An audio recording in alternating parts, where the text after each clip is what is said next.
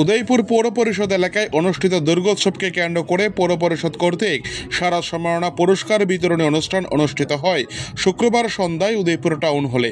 প্রদীপ প্রজ্বলন করে অনুষ্ঠানের শুভ উদ্বোধন করেন পরিকল্পনা দপ্তরের মন্ত্রী প্রণজিৎ সিংহ রায়। এছাড়া ছিলেন জেলা সভাধিপতি দেবল দেবরায়, পৌর চেয়ারম্যান শীতল চন্দ্র মজুমদার, মহকুমা শাসক ত্রিদীপ সরকার সহ প্রমুখ। প্রদীপ প্রজ্বলন করে সকল অতিথিরা মঞ্চে থাকা ত্রিপুরেশ্বরী মায়ের প্রতিকৃতিতে পুষ্পার্ঘ্য অর্পণ করেন। প্রথমে স্বাগত ভাষণ দেন মহকুমা শাসক ত্রিদীপ সরকার। পরে অর্থমন্ত্রী পুরস্কার বিতরণী অনুষ্ঠানে বক্তব্য রাখতে গিয়ে বলেন, এই বছর দুর্গাপূজা বিভিন্ন প্রতিকূলতাকে দূরে সরিয়ে সাধারণ মানুষ আনন্দে মেতেছে গোটা উদয়পুর মহকুমায়। গত আগস্ট মাসের 22 তারিখ এক ভয়াবহ বন্যার সাক্ষী হয়েছে গোটা উদয়পুর। ক্ষতিগ্রস্ত হয়েছিল বিভিন্ন পৌর এলাকাগুলি। তারপরেও বিভিন্ন ক্লাব ও সংস্থাগুলি এই বছর দুর্গাপূজায় মেতে ওঠে। মন্ত্রী বলেন, 2024 সালে এই বছর দুর্গাপূজায় উদয়পুর শহরে কার্নিভাল হওয়ার সিদ্ধান্ত নেওয়া হয়েছিল প্রথম দিকে, কিন্তু বন্যার কারণে যে ক্ষতিগ্রস্ত হয়েছে সেই কথা মাথায় রেখে সম্পূর্ণভাবে কার্নিভাল বাতিল হয়েছে উদয়পুরে।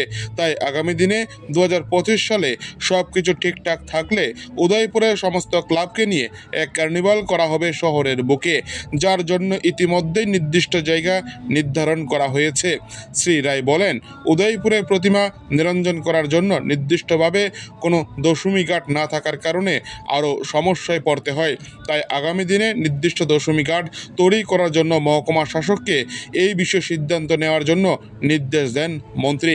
এদিন বিভিন্ন সাংস্কৃতিক নাচ ও গান অনুষ্ঠিত হয় গোটা মঞ্চ জুড়ে। এদিন উদয়পুরে পৌর এলাকায় বিভিন্ন ক্লাবগুলিকে ভালো মূর্তি এবং আলোকসজ্জা থেকে শুরু করে বড় মণ্ডপ ও সমাজ সচেতনতার ওপর পুরস্কার প্রদান করা হয়। ত্রিপুরার অর্থমন্ত্রীর হাত ধরে গোটা অনুষ্ঠানে বিভিন্ন ক্লাবের সদস্য এবং সদস্যা থেকে শুরু করে সাধারণ মানুষ ও সমাজের সকল স্তরের সাধারণ মানুষের উপস্থিতি ছিল সারা জাগানো।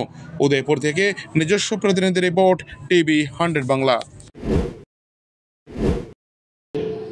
যেখানে আছে এবং আমি আবারও বলি, যেখানে কিছু আলোচনা আমার চেয়ারপারসনের সঙ্গে হয়েছে, কিন্তু সেখানে কোথায় কার্নিভেলটা হবে, কিভাবে করলে সমস্ত ক্লাব কোনো অংশগ্রহণ করতে পারে এবং সেটাও একটা বিবেচনার বিষয় রয়েছে এবং কিছুটা দেখা হয়েছে।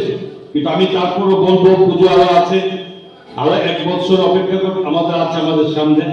যেমন এসডিএম নিজের মতো করে কোথায় বিসর্জনের কাজ তৈরি করা যায়, কোন স্পটে করলে কার্নিভেলটা স্বাভাবিকভাবে সমস্ত পূজাকে সেখানে যেতে পারে এবং সেটা একটা লক্ষ্য করা।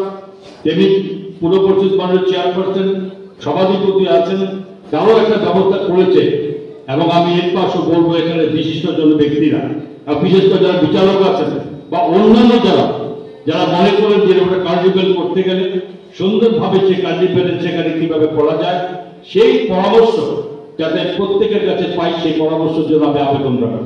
তাতে যদি অগ্রিম 2-4-5 মাসের মধ্যে যদি পেয়ে যাই সমস্ত ব্যবস্থাপনা, তাহলে আমরা সেইভাবে পরিণত করব। কারণ আপনারা সকলে জানেন, উদয়পুরের পার্মানেন্ট কোনো বিসর্জনের কোনো ঘাট আমাদের কাছে নেই।